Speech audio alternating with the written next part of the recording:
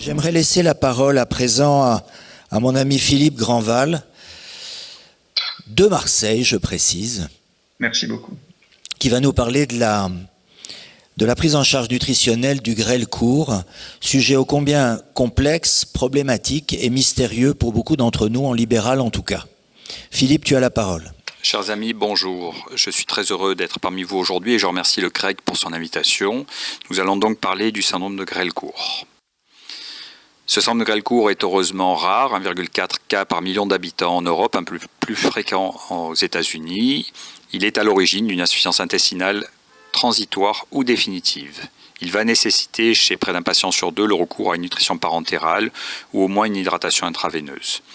Ces grandes étiologies sont principalement la chirurgie digestive, le fait d'une résection étendue sur une urgence chirurgicale comme un volvulus ou bien une complication chirurgicale. La deuxième grande cause étant l'ischémie intestinale aiguë. Viennent ensuite les tumeurs comme les tumeurs desmoïdes, la radiothérapie, la maladie de Crohn et les traumatismes. On peut classer les syndromes de grêle court en trois grands types. C'est une classification anatomique qui va tenir compte de trois facteurs: la présence ou non du côlon, d'une valvule iléosécale et l'analyse de longueur de grêle résiduelle qu'il convient donc de récupérer sur les protocoles opératoires. Le type 1 concerne des patients qui sont en jéjunostomie terminale avec une longueur de grêle inférieure à 1,50 m. Ces patients vont avoir des débits de stomie très importants avec des pertes hydroélectrolytiques qui feront courir un risque de déshydratation. Il y a naturellement des carences vitaminiques et peu de chances chez ces patients de sevrage d'une nutrition parentérale. Le type 2 concerne une anastomose jéjunocolique sans valvule iléosécale avec une longueur réduite de grêle. Les patients auront une diarrhée avec une importante stéatorrhée, une dénutrition et là encore le recours à une parentérale. Le type 3 sont visibles chez des patients qui ont leur côlon et une valvule iléosécale et un grêle court. Ces patients ont néanmoins d'importantes chances d'être sevrés un jour de la nutrition parentérale.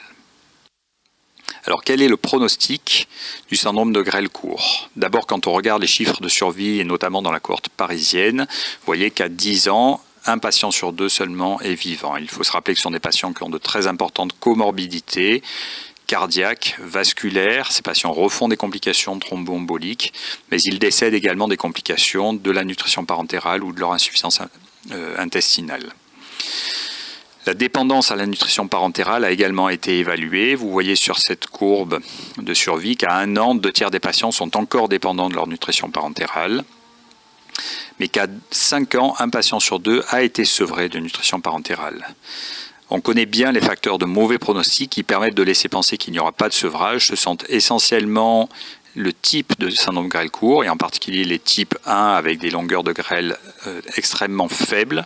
Et un des marqueurs pronostiques qui permet d'envisager cette issue est le dosage de la citrullinémie avec un seuil de 20 micromoles par litre.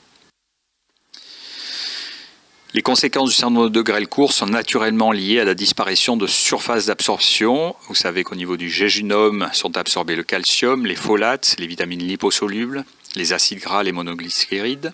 Sur l'iléon, c'est principalement la vitamine B12, le facteur intrinsèque et les acides biliaires qui ne peuvent retourner dans le pool hépatique des acides biliaires.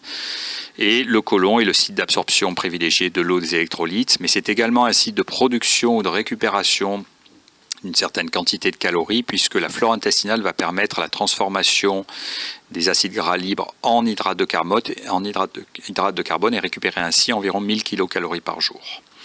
Se surajoutent à la perte de surface des facteurs aggravants comme l'accélération du transit qui est elle-même liée à la perte de mécanismes inhibiteurs hormonaux et à une hypersécrétion acide gastrique. Il y a également des phénomènes de dumping syndrome. Et enfin, une pullulation microbienne qui va non seulement consommer des micronutriments, mais en plus favoriser des malabsorptions comme la malabsorption des graisses par déconjugaison des acides biliaires. Il y a classiquement 3 phases dans le syndrome du grêle court. Une phase aiguë que l'on rencontre immédiatement au décours de la chirurgie en réanimation et en chirurgie digestive. Elle va durer quelques semaines mais peut durer jusqu'à 6 mois. Au cours de cette période, les patients vont subir des pertes digestives massives avec un risque de déshydratation très important qui va imposer un monitoring important et une compensation des pertes hydroélectrolytiques. La nutrition parentérale à ce stade ne pourra intervenir que lorsque le malade sera stabilisé. Il est intéressant de noter que l'alimentation entérale peut être utile à ce stade également pour favoriser la transition vers la phase 2, dite phase d'adaptation, qui va durer 1 à 2 ans, au cours de laquelle, grâce à la mise en jeu de facteurs de croissance comme l'hormone de croissance, le GLP-2, les patients vont développer une augmentation de leur capacité d'absorption sur le grêle et le côlon restant. Ils vont également présenter une hyperphagie qu'il faudra respecter. Certains d'entre eux, une fois stabilisés, vont récupérer une autonomie alimentaire. D'autres, malheureusement, et c'est à peu près un patient sur 2, vont évoluer vers une insuffisance intestinale chronique pour lequel une nutrition parentérale sera nécessaire. Alors, quelles sont les complications de la nutrition du syndrome de grêle court? La diarrhée est la cause principale d'altération de la qualité de vie de ces patients. Elle va nécessiter de faire connaître et de respecter les mesures diététiques, bien évidemment des perfusions, et de prévenir un risque rénal par déshydratation. Ces patients ont besoin d'un cathéter veineux central et vont donc expérimenter malheureusement des accidents de thrombose de leur dispositif et de façon inéluctable des infections de voie veineuse centrale. Tout ceci va altérer le capital veineux de ces patients et il est donc capital de respecter les règles d'asepsie, d'associer les mesures d'éducation thérapeutique, d'utiliser en prévention secondaire des verrous de taurolidine. Il y a des complications métaboliques comme une augmentation de la lithiase biliaire, de la lithiase oxalique lorsque le côlon est encore en place, d'acidose délactique et il y a de façon quasi constante des carences en vitamines, en fer et une ostéoporose. Un point très important est représenté par les complications hépatiques que l'on appelle désormais Intestinal Failure Associated Liver Disease ou IFALD, qui est la complication non seulement de l'alimentation parentérale mais également de l'insuffisance intestinale chronique. Un certain nombre de patients, environ 20%, va évoluer malheureusement vers la fibrose et l'insuffisance hépatocellulaire, ce qui pourra nécessiter le recours à une transplantation intestinale et hépatique. Il est important de noter que le maintien des apports oraux et entéraux va limiter l'apparition de ces complications hépatiques et il faudra avoir soin d'éviter également les nutritions parentérales inadaptées, en général hypercaloriques ou trop riches en triglycérides à chaîne longue. Alors, quelles sont les règles de la base de la prise en charge du syndrome de grêle court? Celles-ci peuvent être retrouvées de façon détaillée dans les recommandations de l'ESPEN publiées en 2016. Il faut proscrire toute utilisation d'eau plate pour les patients et privilégier l'eau de Vichy ou les solutés de réhydratation comme les solutés de l'OMS. Il faut conseiller des repas fractionnés, limiter les sucres rapides. On prescrit aux patients des ralentisseurs du transit comme le loperamide à dose adaptée, en général de double dose d'IPP et des apports calciques souvent importants pour d'une part traiter la diarrhée, d'autre part prévenir la lithiase oxalique chez les patients ayant toujours un côlon. Il faudra surveiller et éventuellement supplémenter non seulement les vitamines, en particulier la B12, les folates, la vitamine D, mais également les éléments de trace, zinc, sélénium, magnésium et fer, entre autres. Dans certains cas, il sera possible d'avoir recours à des analogues de la somatostatine dans le but de freiner les sécrétions digestives et limiter les débits de stomie. Il existe un autre analogue qui peut être utilisé, qui est le téduglutide, qui est un facteur de croissance sur lequel nous allons revenir un petit peu plus loin. Alors la nutrition parentérale est bien évidemment la pierre angulaire de la prise en charge du syndrome du grêle court. Elle va être démarrée en milieu hospitalier, souvent au décours de la phase aiguë, en prévention du syndrome de rénutrition. La composition d'une parentérale sera basée sur les apports recommandés en glucides, lipides et protides, avec des variations adaptées des apports hydriques en fonction des pertes urinaires et digestives, et toujours complétées en électrolytes, en éléments traces et en vitamines qui sont absents des solutés industriels. On utilisera une voie veineuse centrale qui peut être un cathéter tunnelisé de Broviac qui permettra l'auto-soin et l'auto-perfusion, un porte-à-4 ou bien un PICC line pour lequel les risques d'infection sont un peu plus importants. Il faudra surveiller ces patients sur le plan clinique et biologique, organiser le retour à domicile en préparant les patients à la nutrition parentérale à domicile dès que celui-ci sera stabilisé. Et cette nutrition parentérale à domicile sera suivie en centre expert, complétée de mesures d'éducation thérapeutique si possible et d'évaluation périodique de la qualité de vie. Alors un point sur le téduglutide dont nous avons parlé, qui est donc un analogue du GLP-2, c'est un facteur de croissance qui va diminuer la sécrétion acide gastrique, stimuler le débit sanguin intestinal, et il a été démontré sur des études histologiques que l'on augmentait la surface intestinale, ce qui permettait l'absorption meilleure des liquides et des nutriments. 2 études pilotes ont permis de confirmer l'intérêt de ce thé du glutide chez les patients atteints de syndrome de grêle court dans le but de sevrer la nutrition parentérale. Vous voyez que, en particulier sur la 2e étude qui a complété 24 mois de suivi, que l'on diminuait chez près de 90% des patients de plus de 20% le volume perfusé par semaine, ce qui représente en moyenne 6,8 litres de liquide perfusé en moins versus 3 litres. Il faut retenir que ce traitement est contre-indiqué en cas de cancer digestif, qu'il faut avoir soin d'avoir réséqué évidemment toutes les lésions prénoplasiques digestives auparavant. Alors, quelle est la place de la chirurgie? Chez l'enfant, les chirurgiens pédiatres proposent des chirurgies de dédoublement, comme le dédoublement de Bianchi sur des anses dilatées ou des entéroplasties. Chez l'adulte, on a plutôt recours au principe de l'anse réverse, qui est une anse antipérisaltique de 10 à 12 cm, qui permet dans certains cas un sevrage de nutrition parentérale et peut représenter une alternative à la transplantation. Cette transplantation ne sera proposée que pour des patients hyper sélectionnés, en règle générale très graves, type 1, moins de 20 cm. Il pourra être proposé une transplantation intestinale, une transplantation foie-intestin en cas de maladie hépatique ou multi-organes. Les indications sont donc les échecs ou l'impossibilité de poursuivre une nutrition parentérale, la multiplication des thromboses, la maladie hépatique. Pour finir, quels sont les points importants de cette présentation? 2 causes principales au syndrome de grêle court, les conséquences d'une résection étendue du grêle dans les suites d'une chirurgie compliquée ou d'une urgence digestive et l'ischémie digestive. 2 phases, une phase aiguë de réanimation hydroélectrolytique, puis une phase d'adaptation du grêle, avec évolution malheureusement possible vers l'insuffisance intestinale chronique. Il est capital de bien connaître les mesures diététiques, d'organiser le suivi de nutrition parentérale à domicile dans le strict respect des modalités et ce en centre expert. Il est possible chez certains patients sélectionnés et stabilisés d'utiliser le taudiglutide comme facteur de croissance. Et enfin, on réservera la chirurgie aux cas graves et sélectionnés en échec de nutrition parentérale. Je vous remercie beaucoup. Merci Philippe. Avant de donner la parole à Jean-Christophe Letard qui trépigne parce que je pense qu'il a beaucoup de choses à dire sur ce sujet, j'aimerais te demander quelles leçons on peut tirer de cette présentation de la prise en charge des grêles courts. Quelles leçons on peut tirer pour le suivi et la prise en charge des patients qu'on voit beaucoup plus souvent? Par contre, ce sont les patients ayant bénéficié d'un bypass. Et nous suivons tous des patients bariatriques, donc, qui sont carencés ou pas, qui sont... Je suis étonné du peu de complications que nous observons chez ces patients. Qu'en penses-tu? Bonjour Bernard.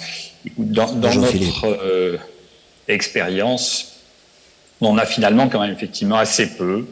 D'abord parce que peut-être que du fait de notre organisation de centres universitaires, les endocrinologues qui organisent la prise en charge, le suivi de la chirurgie bariatrique gèrent assez bien leur suivi.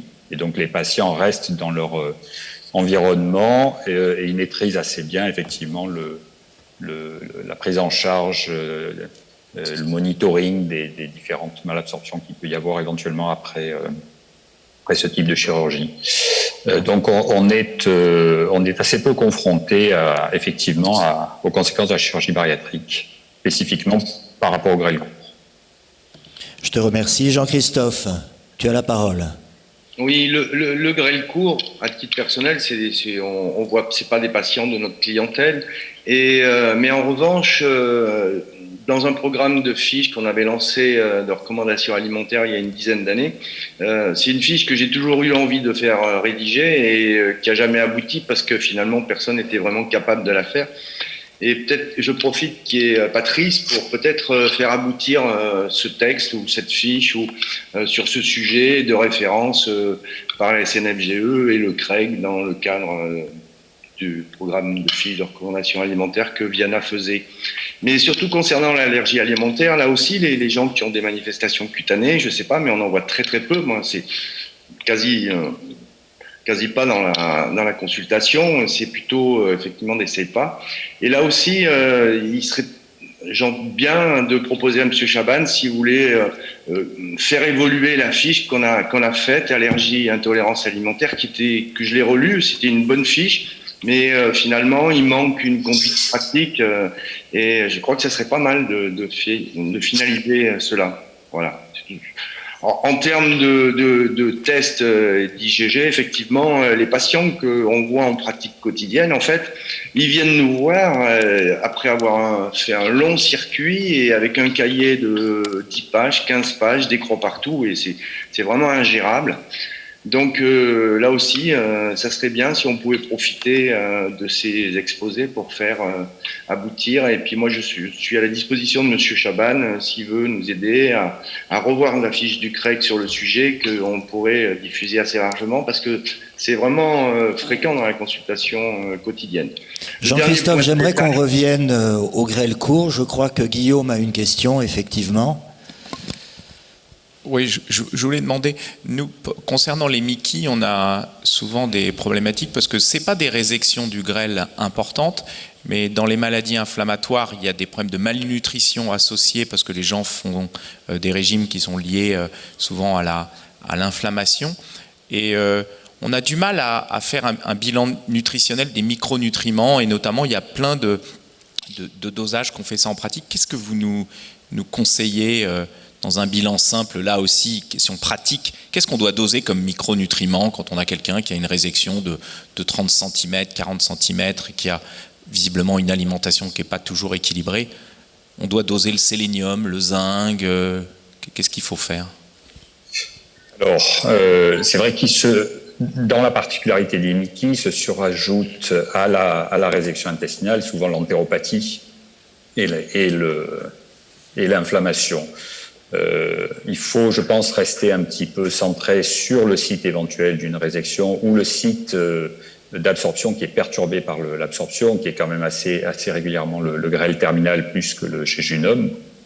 Et donc se centrer sur ce qu'on a vu un petit peu, c'est-à-dire vitamine B12 essentiellement, folate, les vitamines liposolubles qu'on monitore assez facilement, zinc, sélénium, comme on a quand même beaucoup de Mickey aussi dans le service, on s'aperçoit qu'on le fait assez rarement. Les points d'appel cliniques sont souvent pas évidents d'ailleurs. Mais dans le cadre d'un bilan nutritionnel, ça effectivement, on peut le faire. Alors ce sont des dosages qui en pratique courante se font un peu moins. Je crois que notamment en laboratoire de ville sont souvent assez coûteux. Mais voilà, il faut l'intégrer et on le fait dans les séances d'hôpital de jour chez les patients chez qui on estime que l'état nutritionnel est perturbé avec une dénutrition avérée, clinique ou biologique.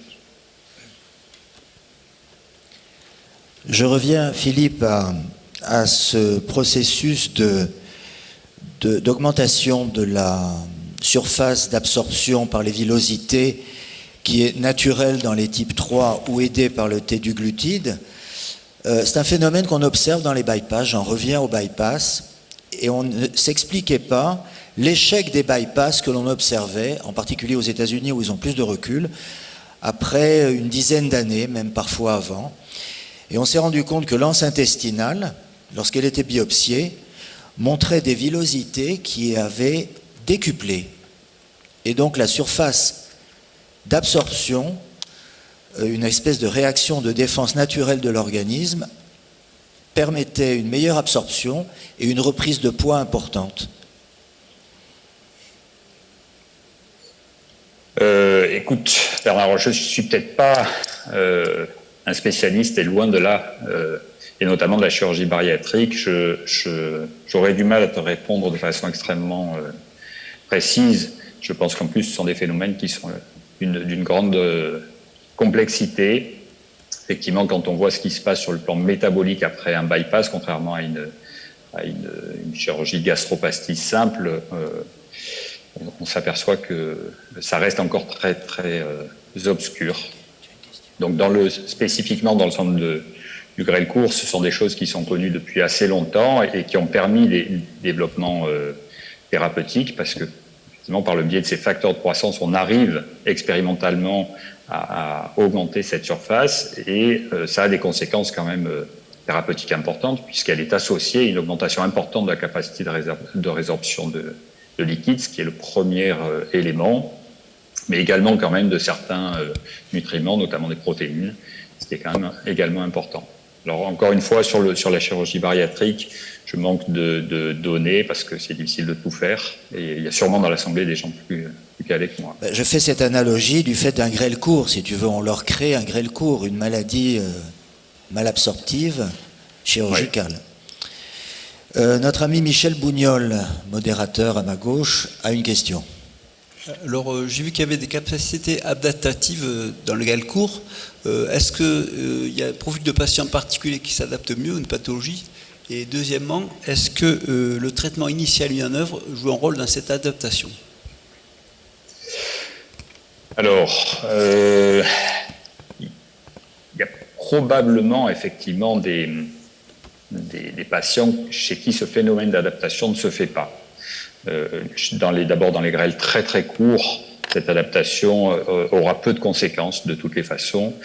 Ensuite, on peut penser quand même que lorsque l'étiologie du grêle court est une maladie vasculaire diffuse, on voit très bien que cette pathologie sous-jacente très souvent continue d'évoluer et elle entrave l'amélioration, enfin l'apparition de cette adaptation. En revanche, quand on est dans des conséquences post-chirurgicales, sur une complication chirurgicale, à ce moment-là, les mécanismes trophiques du grêle probablement permettent le développement de cette adaptation. Mais on voit très bien que tous les patients ne s'adaptent pas. Je te remercie Philippe. S'il n'y a pas d'autres questions...